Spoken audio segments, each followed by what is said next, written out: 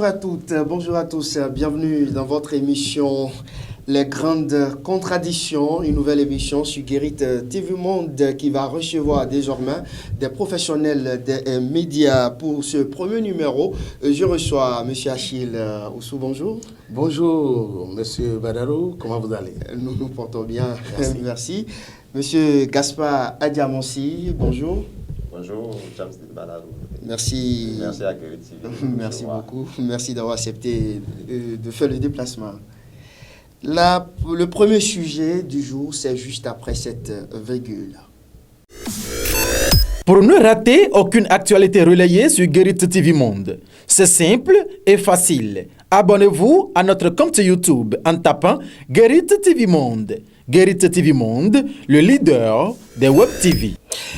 Voilà, Guérit TV Monde célèbre ses 5 ans d'existence ce 1er octobre 2021.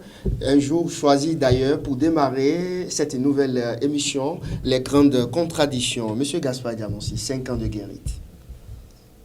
5 ans, ça passe vite, bien entendu. On n'a pas eu comme l'impression que Guérit TV a déjà fait 5 ans. Mais par rapport à tout ce qui a été fait jusque-là, je crois que les 5 ans n'ont pas été, je dirais, inutiles. C'est 5 années fructueuses pour Guérit TV, qui a marqué son espace dans l'univers médiatique du Bénin à travers plusieurs réalisations. Et je le dis souvent, vous êtes un pionnier dans le domaine aussi bien dans notre pays que dans la sous-région ou même en Afrique. Et aujourd'hui, grâce à vous, plusieurs jeunes ont emboîté le pas à cette forme de médias qui commence à se généraliser. Je vous félicite pour tout cela et je dis merci pour avoir fait œuvre utile. Oui, M. Achille.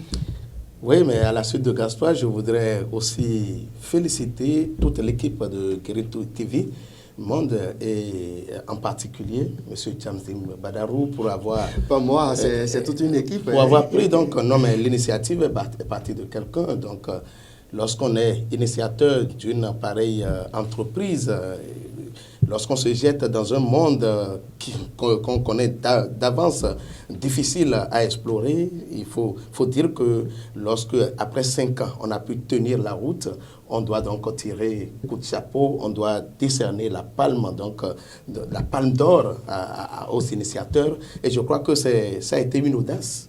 Et aujourd'hui, 5 ans après, ça doit être un nouveau défi, le défi de tenir la route. Et je crois qu'en ce moment précis où vous êtes en train certainement de faire le point, nous allons vous accompagner de toutes nos prières et pourquoi pas de tous nos conseils pour que vous puissiez tenir la route pour être, comme vous l'avez dit, non seulement pionnier, mais leader dans ce nouveau monde médiatique que vous avez créé.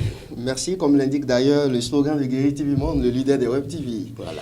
Merci. Le second sujet, actuellement, on va parler de cette probable candidature du président de l'Assemblée nationale en 2026, M. Achille.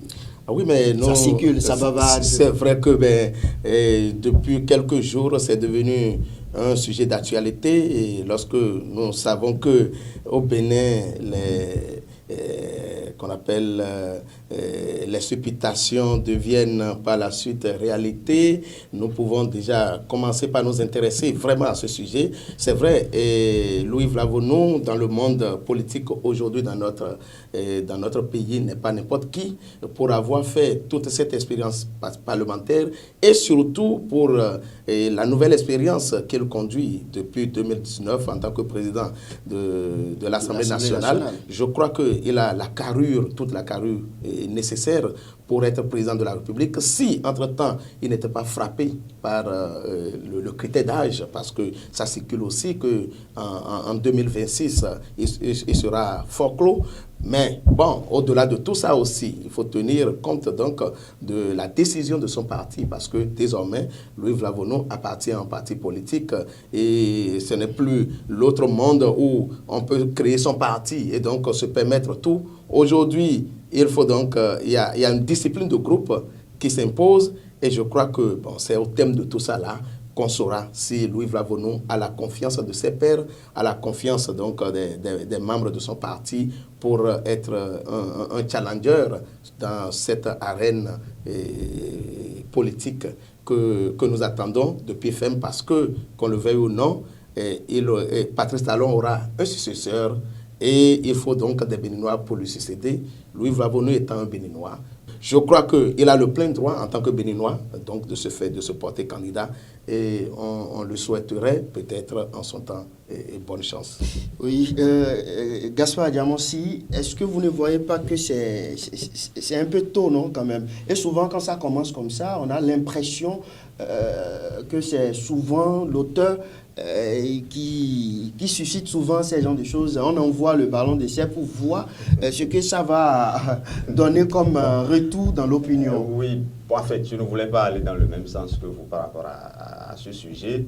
Je ne dirais même pas probable candidature du président de l'Assemblée nationale, Louis Vlavonou, parce que en réalité, d'où est parti ce sujet, c'est un des tabloïds qui l'a sorti en début de semaine.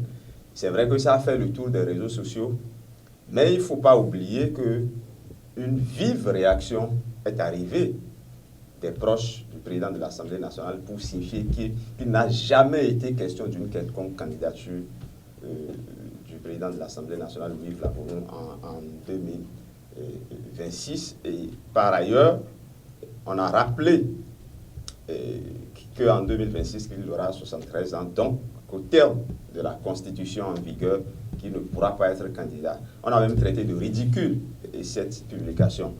Donc, du côté du président de l'Assemblée nationale, en tout cas, pour la réaction que j'ai eue, pour la réaction que nous avons tous entendue, ça veut dire qu'il n'y a pas encore l'intention de ce côté-là. Peut-être intention cachée, mais pas encore intention révélée de toutes les façons. Maintenant, j'ai suivi l'analyse de mon confrère Achille Boussou qui a expliqué, et je suis d'avis, que le président de l'Assemblée nationale, Louis Vlavonou, est un citoyen comme tout autre citoyen, et que c'est un Béninois qui, bien entendu, va succéder à l'actuel président en 2026, et que s'il respecte les critères qu'il peut bien être candidat. Il a également rappelé aujourd'hui que les candidatures pour les élections présidentielles dans notre pays ne sont plus des aventures individuelles ou solitaires. Il faut forcément être adoubé par l'un des grands partis de la place. Et là, c'est une autre paire de manches. Donc, même si dites, intention, il y a beaucoup de paliers à franchir avant de se retrouver donc à ce niveau. Oui, du moment où l'intéressé même, en tout cas pas l'intéressé même directement, du moment où des proches de l'intéressé ont démenti et ont expliqué avec force argument que ce n'est pas le cas, il vaut mieux qu'on s'en tienne à cela au lieu de continuer à subiter. Vous parliez tout à l'heure de, comment on appelle, du système partisan. L'esprit du système partisan, c'est ça. Mais aujourd'hui, M. Gaspard Adjamansi, dites-nous, le chef de l'État, Patrice Talon, il appartient à quel parti politique selon vous? Je ne saurais répondre de façon précise. Et pourquoi vous dites qu'il faut forcément être membre d'un parti politique avant d'être candidat à une élection présidentielle? J'ai dit que ce n'est plus une aventure solitaire, c'est ce que j'ai dit. Mais un parti politique peut décider d'aller prendre quelqu'un à l'externe pour... Oui, mais toujours dans le contexte actuel, les choses peuvent changer. Et d'ici les prochaines élections législatives, mais il ne faut pas oublier qu'il y a un certain nombre de paramètres qu'il faut franchir aujourd'hui pour être candidat à une élection au Bénin. Il y a par exemple les parrainages. Et les parrainages, ce sont les partis qui peuvent vous les accorder. Donc vous voyez, quand je dis ce n'est plus une aventure solitaire, c'est bien. En fait, de parrainage, c'est quelques éléments que, un autre problème, que je le dis. Et maintenant, au vu des critères, vous avez dit tout à l'heure que ça peut être un ballon d'essai, tout comme ça peut être l'œuvre également de quelques adversaires politiques qui essaieront d'abattre une personnalité politique en ventilant dans l'opinion ce qui n'est pas. Soit pour montrer en même temps aujourd'hui qu'en 2026, l'homme... ça peut être aussi une manière de griller la personnalité. De griller la personne pour dire désormais en 2026, il aura 73 ans, je crois bien, hein, 73 ans. Voilà, donc on prépare en même temps les gens pour dire, bon, lui, Il est de côté et la lutte continue. Mais je ne sais pas Achille. pourquoi vous êtes préoccupé à savoir quel est le parti politique du chef de l'État. Non, c'est compte tenu de vos développements. Non, ben, Lorsque vous dites qu'il faut être forcément membre d'un parti politique avant d'être candidat ou à une élection présidentielle au Bénin. Mais on a vu le chef de l'État, Patrice Talon, je crois qu'il n'est pas membre d'un parti politique. Vous êtes sûr? Mais il y a des partis politiques qui ont quand même suscité sa candidature lors de la présidentielle de 2021. Non, ce que moi je sais, c'est qu'il y a un parti politique qui a porté d'abord la candidature, qui a choisi Patrice Talon comme son candidat pour la dernière élection présidentielle. Rappelez-nous ce parti. C'était le Bloc républicain. Alors, donc, je crois qu'à partir de cette hypothèse-là, nous pouvons bel et bien dire que Patrice Talon appartient au Bloc républicain. Vous n'avez aucune preuve dans ce vous avez vu sa carte de membre? Non, mais écoutez, il n'y a pas... En fait, ce qui fonde, moi, mon argumentaire, c'est le fait que ça soit le parti qui le désigne et que l'autre parti qui est venu l'accompagner. En fait, je veux parler de l'autre grand parti, l'Union progressiste, qui est venu accompagner la candidature de Patrice Talon, s'est positionné donc non pas comme ayant désigné Patrice Talon comme candidat à cette élection, mais est venu donc comme pour accompagner Patrice Talon à cette élection-là. Donc, à partir de là, on pouvait être en droit de dire qu'aujourd'hui, c'est plus facile de dire que Patrice Talon appartient, en tout cas, pour ce qui me concerne, à partir de ma lecture, que Patrice Talon appartient plus au Bloc républicain qu'à tout autre parti au Bénin. Oui, selon moi, le problème ne se pose même pas de savoir le parti auquel appartient le chef de l'État. Ce qui est sûr, nous savons tous que le chef de l'État peut se prévaloir aujourd'hui de moins 2 grands partis au plan national. En tout cas, moi, mon argumentaire, c'était de montrer que, et je l'ai dit, que être candidat à une élection présidentielle au Bénin n'est plus une aventure personnelle. Vous savez, il y a eu des gens qui se prévalaient d'un parti et qui n'ont pas pu être candidats. Comme qui, par exemple? Parce qu'ils n'ont pas pu avoir... Parce que justement, ils n'ont pas pu avoir le réseau qu'il faut. Je prends l'exemple de Joël Aïvor, qui n'a pas pu.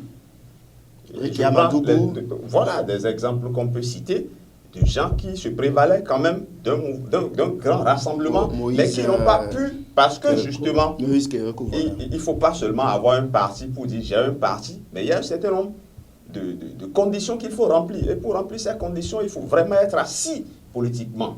Politiquement comment? Oui. Ou bien il faut être dans un réseau, vous voulez dire?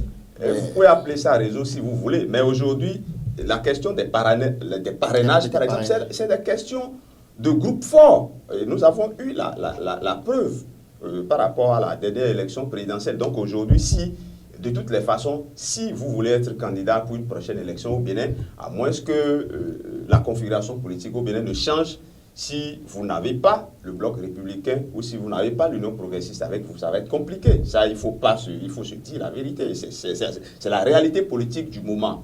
Et si c'est la réalité politique du moment, M. Achille, est-ce que vous ne voyez pas que les autres partis politiques, qu'on essaie peut-être de garder 2 partis politiques, et les UDPN, Mouel et autres, que ces partis aillent carrément dans les 2 blocs? Parce que les gens souffrent, les gens travaillent, mais à la dernière minute, ils n'arrivent pas à obtenir un document administratif qu'il faut pour aller à une élection. Non, je crois qu'on n'est plus à ce niveau aujourd'hui, donc des faits. Et beaucoup de partis politiques sont arrivés déjà à avoir l'existence légale dans notre pays, seulement que l'analyse de Gaspard est fondée en ce sens que nous devons savoir que la politique, c'est un rapport de force. La politique, c'est un rapport de force. Plus vous êtes fort, plus vous avez la maîtrise des choses, moins vous êtes fort, et plus les choses vous échappent. Et c'est là où nous sommes. Aujourd'hui, qu'on le veuille ou non, nous avons déjà vu à travers 3 élections auxquelles les 2 grands blocs auquel nous faisons allusion, le Bloc républicain et le parti Union progressiste ont participé. Nous avons vu à travers ces 3 élections que ces partis ont affirmé déjà non seulement une certaine assise nationale, mais ces partis ont commencé donc par s'enraciner davantage. Et donc, à partir de là, ça veut dire quoi? Ça veut dire que les 2 partis arrivent déjà à maîtriser l'arène politique nationale et nous pouvons donc déjà dire que les autres partis il y a quelques-uns qui ont fait aussi leur expérience dans ces élections-là. Je veux parler donc du parti de M. Jacques Ayadji, je veux parler de l'UDBN, je veux parler même du PRD, l'une des grandes formations qui a déjà plus de 30 ans d'existence, mais qui n'a pas pu en son temps réunir les 10%, le pourcentage qu'il faut, le pourcentage nécessaire pour avoir des conseillers dans les conseils communaux de notre pays. Donc, à partir de là, nous voyons déjà donc, que l'arène politique nationale de notre pays, aujourd'hui, est tenue par les 2 grands blocs. Et donc, on ne peut pas désigner un président de la République aujourd'hui en faisant blackout donc, de ces 2 grands blocs. Okay. Monsieur Gassoua Diamonsi. Oui, je voudrais tempérer un peu par rapport à cet argumentaire, parce que nous avons semblé l'oublier sur ce plateau. Et les FCBE étaient quand même... Les FCBE, on peut les qualifier de tout ce que nous voulons, mais il y a FCBE qui était... Elles ont payé quand même... qui était à cette élection. Et après les FCBE, il y avait également une autre tendance, à Gossa, qui était également aux élections. Donc, non, quels que soient les qualificatifs qu'on peut leur attribuer, ils étaient candidats à cette élection. Non, mais ce sont quand même des formations politiques. Tout sauf un parti politique, on ne peut pas quand même citer le parti de M. Agossa dans cette galaxie politique. Je ne cite pas de parti, mais je dis qu'il a pu avoir le réseau pour retrouver le parrainage et se retrouver à cette élection présidentielle. Mais ça fait rire quand même, M. Gassoua. Oui, ça vous fait rire, mais moi, ça ne me fait pas rire. Mais vous riez en plus, là, M. Achille. Non, écoutez, je ne voudrais pas être d'accord avec Gassoua, mais son argumentaire impose quand même que on partage la même analyse que lui par rapport à ce que nous sommes en train de dire sur l'enracinement ou qu'on appelle la teneur des partis politiques dans notre pays. Qu'on le veuille ou non, la FCBE était aux élections, à la dernière élection présidentielle. Nous avons également Corentin Kokoui et comment il s'appelle Irénée Agossa qui était aux élections. Qu'on le veuille ou non, on peut pas les minimiser. Mais aujourd'hui, le rapport de force montre que en réalité, le candidat qui a eu plus de facilité à avoir la population, avec les électeurs avec lui, c'est le candidat des 2 blocs, je vais nommer l'actuel président. Vous ne pouvez pas parler des 2 blocs chaque fois comme ça, parce qu'il y a les autres partis, quand on prend UDBN, Mouel, Bénin, PRD, tous ces partis politiques ont quand même apporté les soutiens au candidat Patrice Talon. Oui, mais donc quand vous citez les 2 partis seulement, je crois que c'est pas bien. Non. Je suis d'accord avec vous que nous devrions aussi compter avec ces partis politiques. Mais aujourd'hui, j'avais dit tout à l'heure, le PRD, par exemple, que nous connaissions, avec ce grand nombre de députés qu'il avait l'habitude d'avoir à l'Assemblée, le PRD que nous connaissions, j'allais dire, avec ce grand nombre de conseillers ou de mairies qu'il arrivait à contrôler, n'a plus aujourd'hui cette facilité, n'a plus cette assise.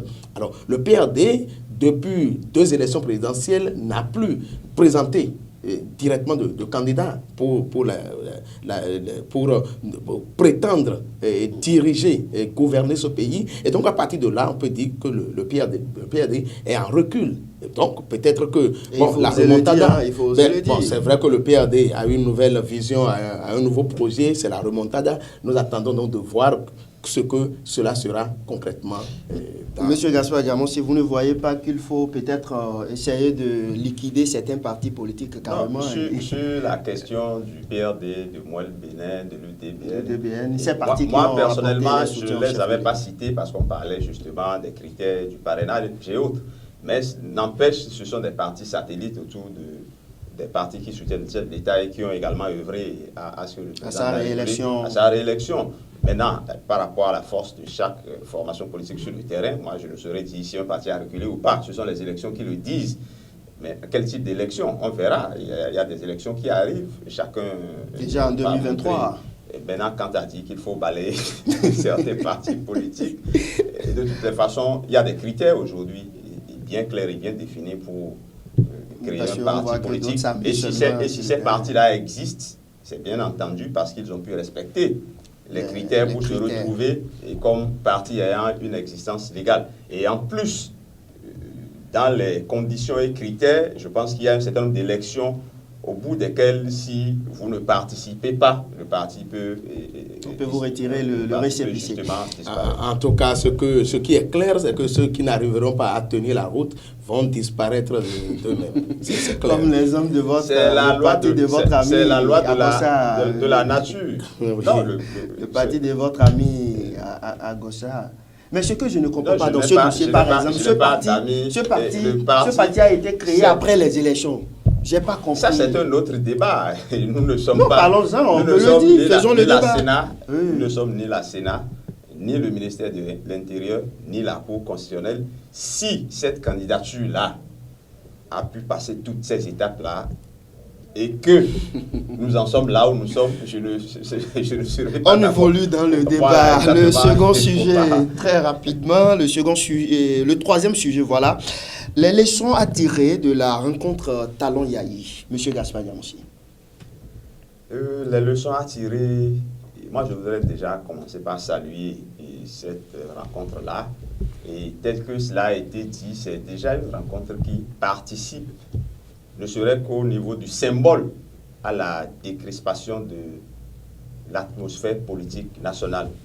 D'aucuns vous diront non, qu'il ne se passe rien, mais on se rend compte au jour le jour qu'il y a une certaine tendance qui était mécontente par rapport à la tenue des dernières élections, notamment les élections présidentielles. Quand on sait que le président Yayi Boni était plus ou moins le parrain de la candidature, notamment de Rekiat Madougou, et que cette dernière, non seulement n'a pas participé aux élections, et qu'au finish, qu'elle s'est retrouvée en prison, il y a quand même des motifs de mécontentement d'une certaine classe politique. Et quand on sait le sort que le président Boni Yayi a également subi, et que tout le monde sait, et quand on sait l'atmosphère qui prévalait entre les deux hommes d'État, je pense que le seul fait qu'ils se soient rencontrés est un plus pour la détente de l'atmosphère politique nationale. Et je pense que ça nous tendra peut-être également vers une plus grande décrispation. Et pourquoi pas? Parce que le président Yayi Boni a quand même, au sorti de cette rencontre, énuméré un chapelet de doléances, notamment la libération, comme il a dit, des prisonniers politiques, le retour des exilés, un certain nombre de choses. Maintenant, il a parlé, j'ai comme l'impression, comme étant le représentant ou le chef de file de cette opposition mécontente, mais quand on se rend compte aujourd'hui qu'il y a plusieurs oppositions et que d'aucuns ne se reconnaissent même pas à travers cette sortie, et moi j'estime que quelles que soient les tendances auxquelles on appartient, aussi bien de l'opposition que de la majorité présidentielle, c'est une rencontre aujourd'hui à saluer parce qu'elle participe quand même à une certaine décrispation de l'atmosphère politique et à une certaine stabilité de notre pays. Monsieur Achille, dites-nous, par rapport aux doléances, le chef de l'État, l'ancien président Boni Yayi, il a dit j'ai demandé, et c'est à lui d'accepter tout ça, parce qu'il a compris que c'est le président Patrice Talon qui est là, c'est lui qui décide aujourd'hui. Par rapport à cette doléance, quelle est votre analyse? J'ai loué d'abord le ton dans lequel le président l'ancien président de la République, j'allais dire, a présenté ses doléances. Il n'est pas allé en syndicalisme, il n'est pas allé en tant qu'opposant rencontrer Patrice Talon. D'ailleurs, ça a été une surprise agréable pour tout le pays. Cela a commencé comme un poisson d'avril. On n'y pensait pas parce que nous annonçons comme ça là que Patrice Talon et Boni Yayi vont se rencontrer. Bon, vraiment, aucun aucun Béninois n'y avait cru jusqu'à ce que nous avons vu effectivement à travers, même s'il n'y avait même pas eu la vidéo qui a montré effectivement que Patrice Talon a reçu au palais de la présidence et Boni Yayi. Je crois que à 98% des Béninois n'allaient pas croire que les deux hommes se sont rencontrés. Donc, d'abord, j'ai tiré une leçon d'humilité. Humilité dans la démarche de Boni Yayi, surtout que c'est lui qui a été l'initiateur de la rencontre. Humilité, et je crois qu'on devait apprendre de lui. On devait apprendre que, quels que soient nos ressentiments, il y a des moments où il faut savoir laisser tomber. Alors, l'autre chose, c'est que, comme vous l'avez dit, les doléances ont été présentées. Bon, les deux hommes se sont parlé pendant 50 minutes tête à tête, donc personne n'a été là. Bon, ce que Boni Yayi est venu nous dire, est-ce que, en aparté, les deux hommes ne se sont pas déjà entendus sur un certain nombre de choses que Patrice Talon peut accorder?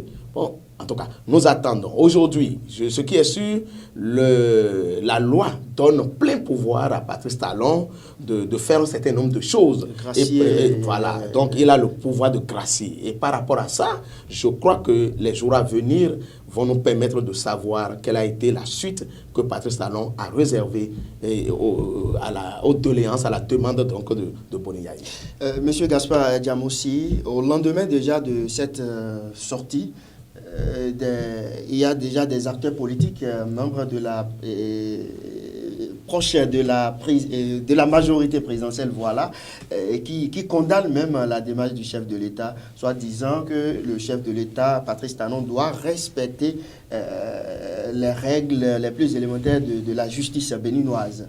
Oui, mieux, et même du côté de l'opposition, j'ai entendu dire que cette rencontre est un non-événement. Donc, les récriminations, c'est dans tous les camps qu'on les a.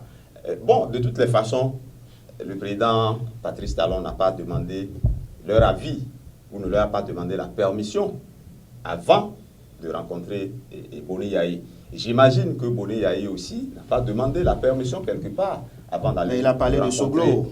Le président, le président Soglo est au courant de ça. Qui aurait dit qu'il n'en était pas. Et ce que je voudrais signaler, c'est que le président Talon a cette pleine capacité. C'est en son âme et conscience qu'il a reçu son prédécesseur pour échanger avec lui. Et Boni Yayi a dit, c'est des doléances, je n'impose rien, c'est à lui de savoir ce qu'il a à faire. Si le président Talon, j'imagine, avait demandé l'avis de ceux qui parlent actuellement, il lui aurait peut-être déconseillé de rencontrer le président Boni Yayi, ce qui, à mon avis, n'est pas une bonne chose. Donc, si le président Talon a rencontré le président Boni Yayi sans avoir demandé la permission chez eux, j'imagine que c'est en toute conscience que le président Talon va se pencher sur ces différentes doléances et savoir quelle suite donner à cela. Donc, ceux qui parlent, j'imagine qu'ils parlent pour eux, qu'ils ne parlent ni pour le président Talon, ni pour le président Boni Yayi. Vous ne voyez pas l'idéal, c'est que les deux continuent de se parler et qu'au-delà, qu'ils puissent peut-être essayer de rassembler aussi bien les faucons que les colombes de chacun de leur camp afin qu'ils puissent s'asseoir et véritablement parler. Parce que ce qui est idéal, c'est que tous les Béninois puissent se rassembler autour du Bénin et parler de son. Et ça a déjà commencé. Et Bagoudou, qui a été quand même reçu par Boni Yayi. J'espère que vous avez vu les images. Oui, c'est comme ça que cela commence. Et je salue également l'humilité de l'honorable Bagoudou qui s'est retrouvé aux côtés de son grand frère et président Boni Yayi. Je pense que c'est comme ça que cela va commencer. C'est petit à petit que tout le monde sera échumé par les graines de la paix dans le pays. Vous ne voyez pas peut-être, M. Achille, que c'est une guerre d'intérêt? Ceux-là aujourd'hui qui sont proches de la majorité présidentielle, qui sont mécontents. Non, mais en tout cas, c'est clair. C'est clair que une certaine entente, une certaine réconciliation entre Boni Yayi et Patrice Talon va bousculer des intérêts. Ça, nous sommes en politique. Ça, c'est clair. Des filières seront coupées carrément. Voilà. Et donc, ceux qui parlent, il faut les comprendre. Seulement que il y en a qui, à mon avis, j'ai comme l'impression qu'ils vont trop vite en besogne. Parce que lorsque vous êtes, par exemple, autour du chef de l'État et que vous l'avez vu prendre une initiative pareille, vous devrez donc aussi à votre niveau, essayer de rentrer dans son esprit et pour essayer donc de le comprendre. Vous savez, quand on parle de Boni Yaye et de Patrice Talon, en tout cas, l'histoire nous enseigne que les deux hommes sont plus que frères qu'amis. Et donc, à partir de là, on ne sait pas ce que Patrice Talon, en son âme et conscience, se reprochait par rapport à cette situation, à cette guerre qui alimentait les deux hommes. Donc, aujourd'hui, qu'ils décident de se rencontrer, c'est tant mieux. Et je crois que tout partisan sérieux devrait quand même, de part et d'autre, aussi bien dans le camp de l'opposition, ceux qui se disent aujourd'hui proches ou amis de Boni Yaye, que ceux qui se disent proches de Patrice Talon devraient quand même rentrer dans l'esprit des deux hommes et faire route avec eux. Et donc, les intérêts politiques, bon, d'ailleurs, aujourd'hui, qui redistribue les cartes, si ce n'est pas Patrice Talon, alors je ne sais pas si ceux qui parlent se rendent même service. Je ne sais pas. Donc, en tout cas, moi, de ma position, j'ai un peu peur pour eux. Il ne faudrait pas que le chef prenne mal leur sortie, les interventions dans les médias. Monsieur Gaspard Diamossi, est-ce qu'on peut on peut espérer une probable, en tout cas, la libération de Aïvo et de Madougou dans les tout prochains jours, suite à ce tête-à-tête? Je ne suis pas le président Patrice Talon pour répondre à cette question. Ce qui est sûr, un grand pas a été posé dans ce sens.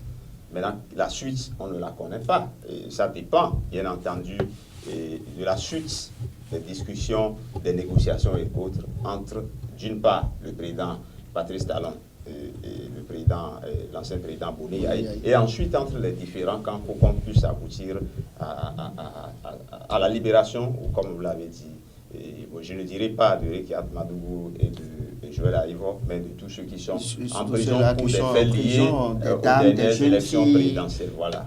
Tout ça, vraiment, c'est difficile. De toutes les façons, les protagonistes ont intérêt à s'entendre parce que, au-delà de tout, c'est le Bénin. Ah oui, vraiment, c'est l'intérêt national qui devrait être mis au-dessus donc de tout intérêt partisan ou particulier. Et aujourd'hui, l'image que le Bénin projette à l'extérieur à partir donc de cette rencontre-là est une image qui, d'une manière ou d'une autre, peut aussi faire bouger beaucoup de lignes, parce que, qu'on le veuille ou non,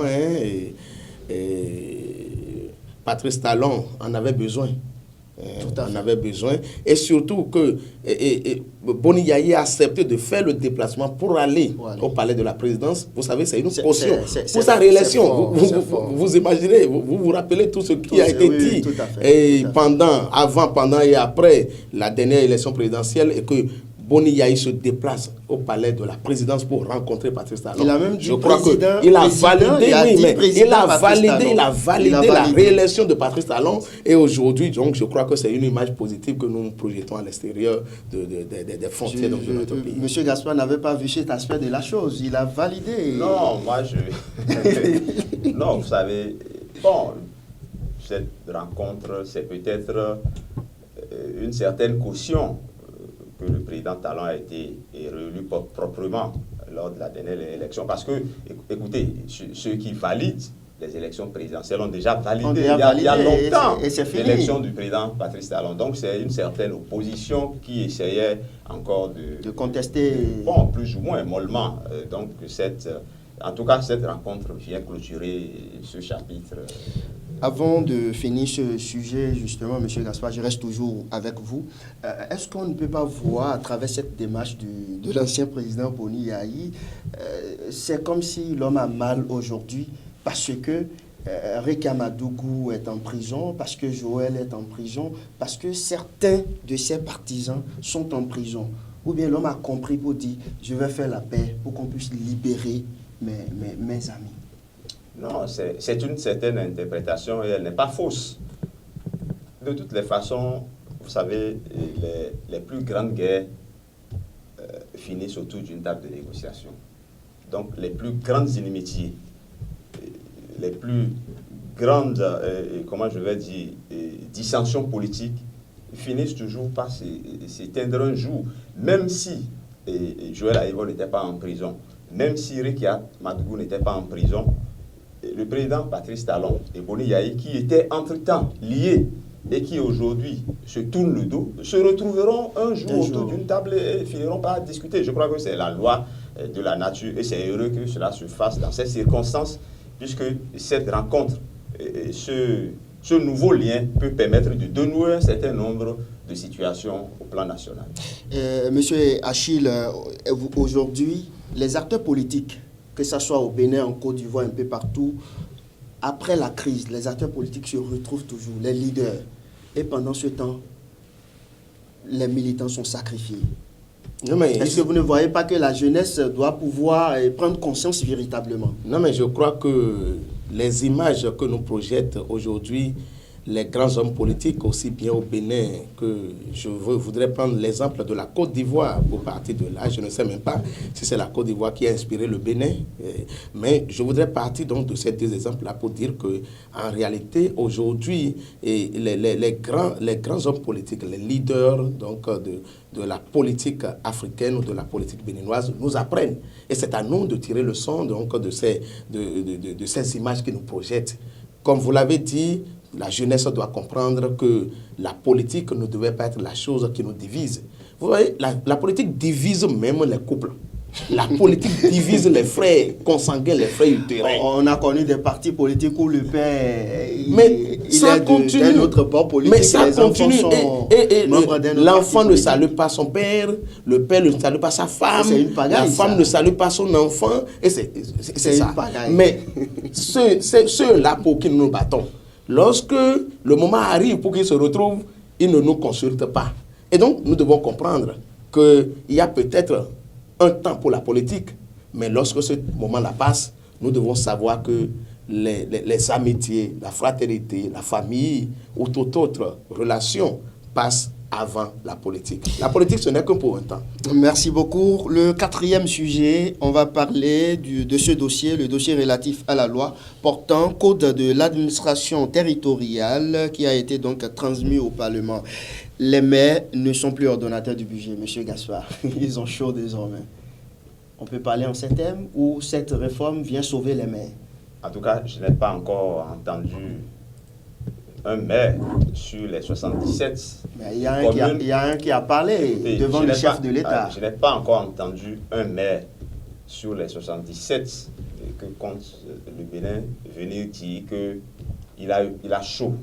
Je n'en ai pas entendu. Au contraire, je les vois se promener de plateau en plateau pour expliquer le bien fondé de cette réforme. Le maire dont il est question, le maire dont vous parlez, s'est retrouvé et pas plus tard que le dimanche dernier sur la radio nationale, sur une émission justement relative à ce sujet.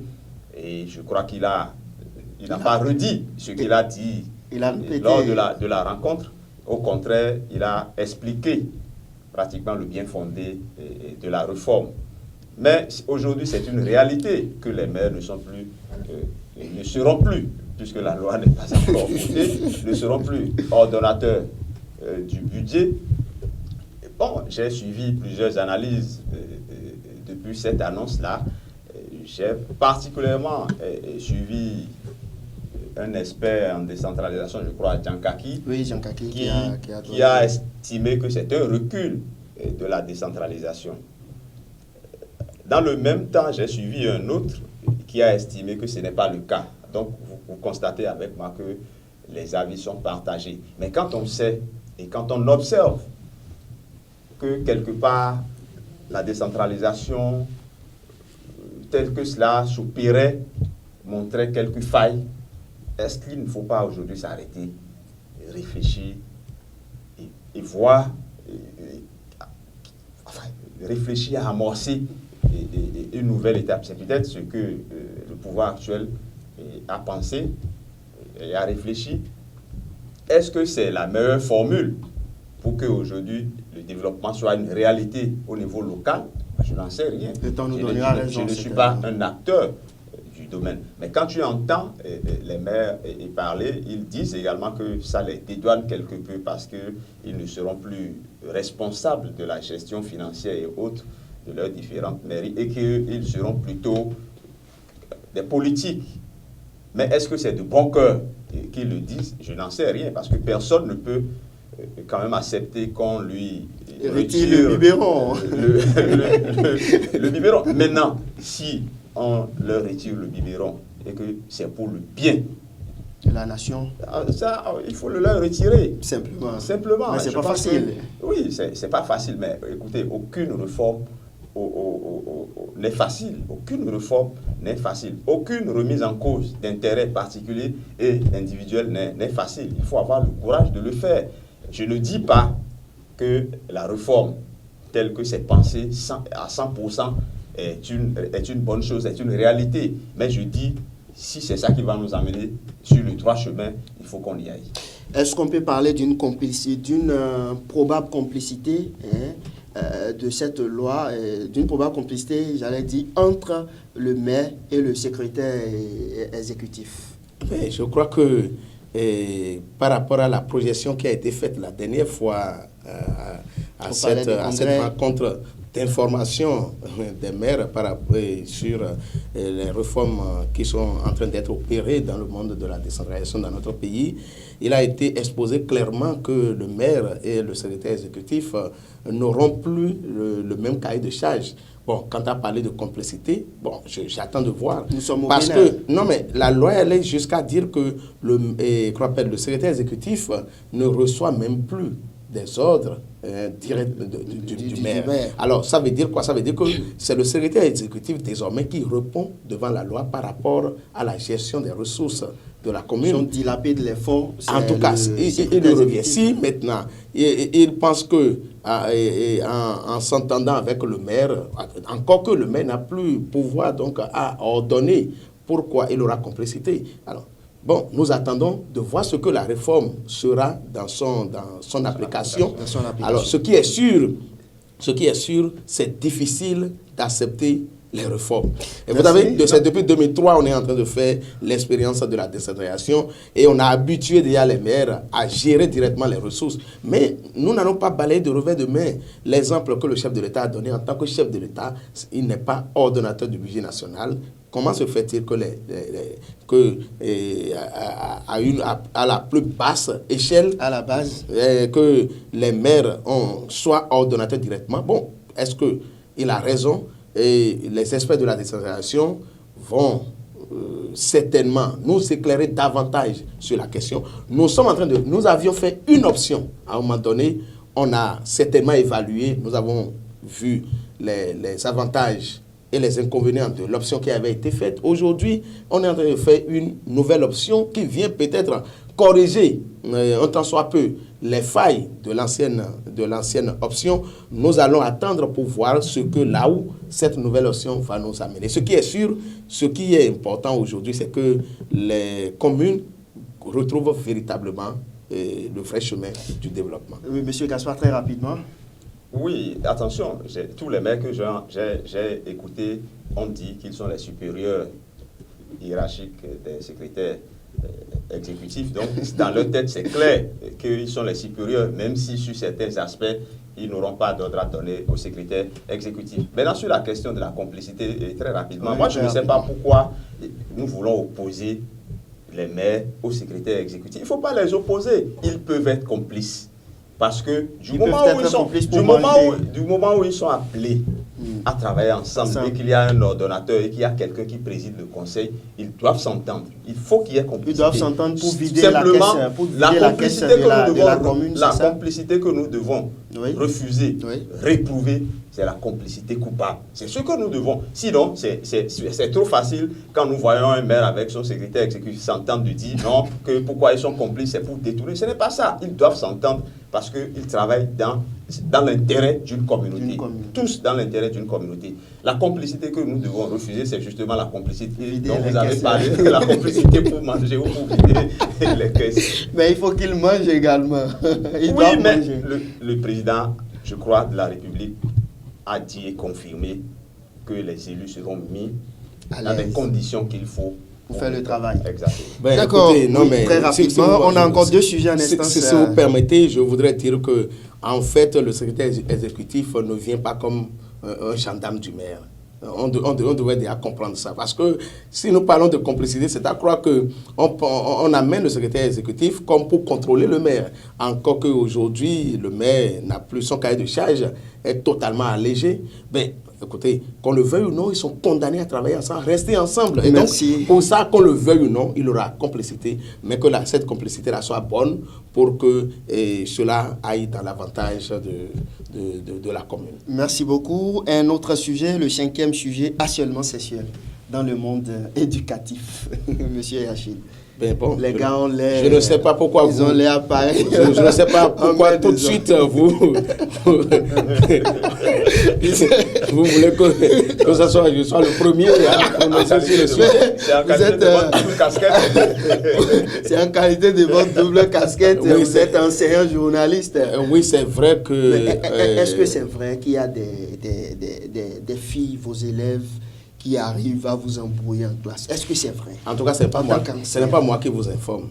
En tant que journaliste, je sais non, informez-nous, on a bien envie. Puisque vous êtes dans une classe, vous enseignez, est-ce que vous rencontrez souvent de très jolies filles en classe? Non, mais écoutez, jolies, il y en a partout. Il y en a partout, non.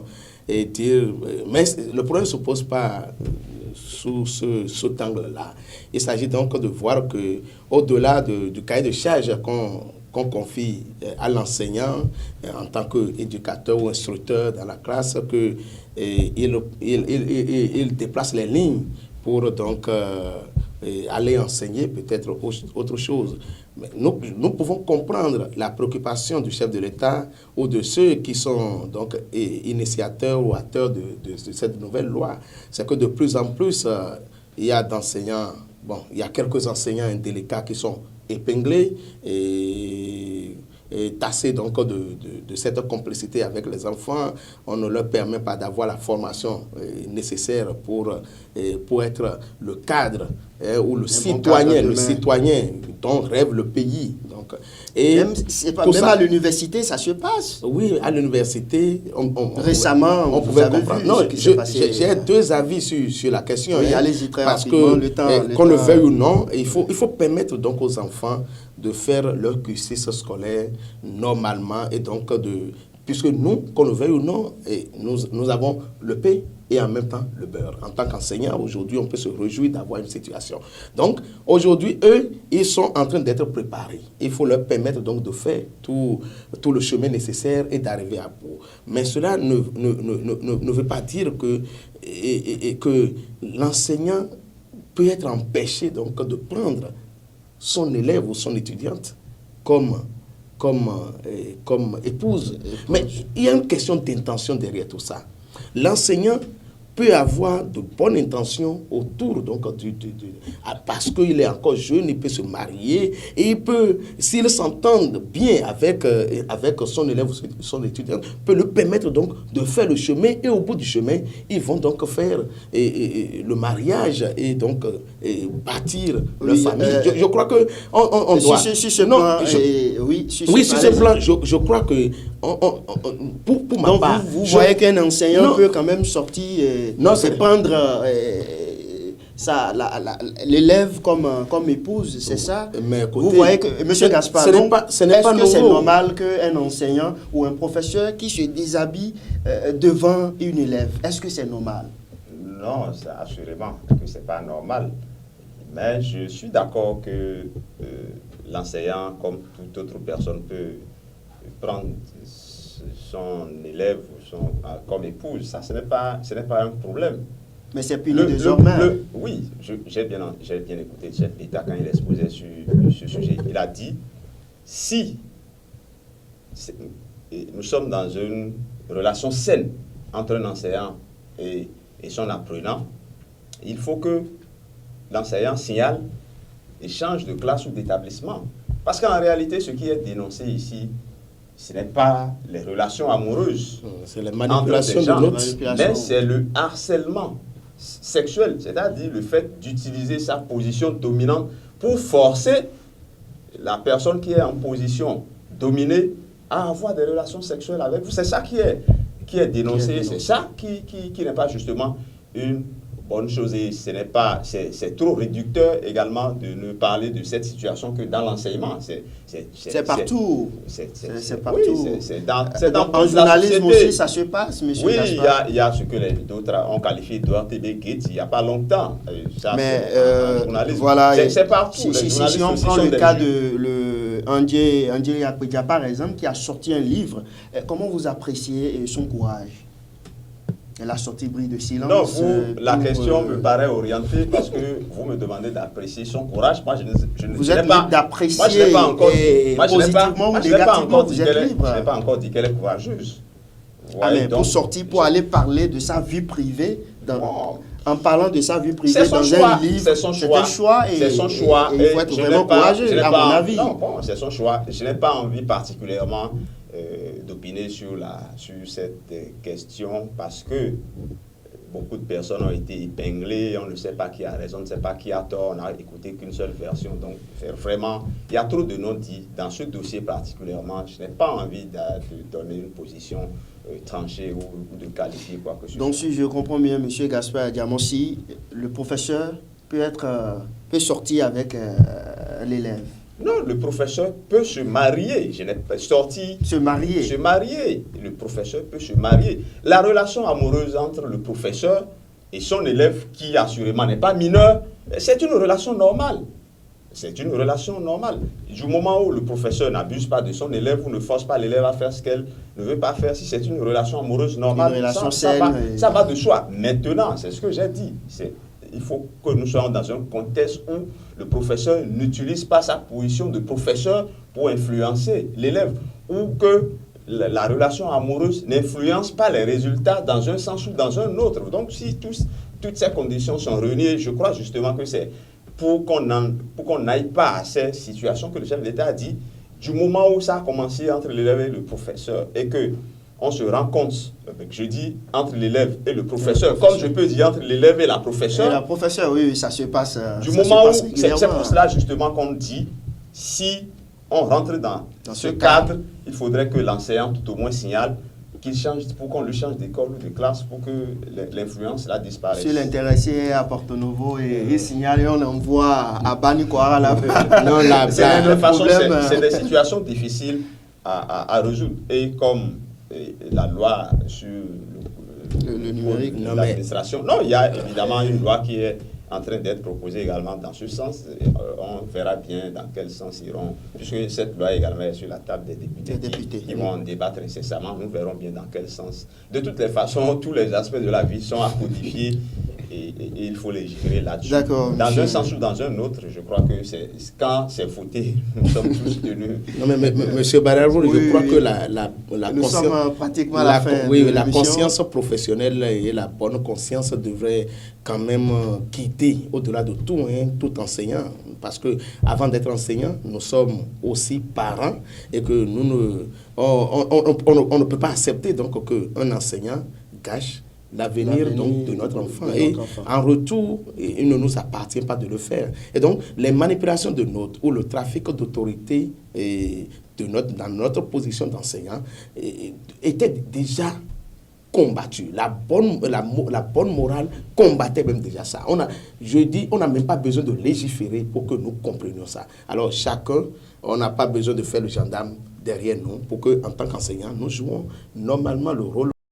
Seulement que les interprétations autour de la loi aujourd'hui posent problème. C'est à croire que c'est interdit carrément que même dans une vie future, que l'enseignant se marie avec son... C'est ça le problème. C'est pourquoi je voudrais qu'on donne la parole au sociologue. Et quand c'est comme ça dérange. Ça vous dérange qu'on donne la parole. En tout cas, moi, j'ai fini. Vous voyez.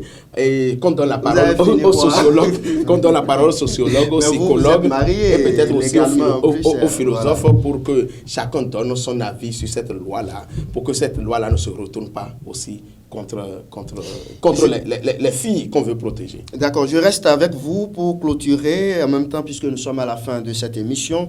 En interactualité, on ira en France, Sarkozy, ce dossier. Prison présidentielle. Mais c'est bizarre, Sarkozy, et je ne comprends plus rien parce que depuis qu'il a cessé d'être président, et le sort le pousse vers la prison. Donc, de la présidence à la prison, je n'ai pas compris. Bon, il avait été condamné dans une affaire. Maintenant, c'est une autre affaire qui le poursuit. Bon, heureusement que lorsque nous lisons le texte, on le fait une faveur.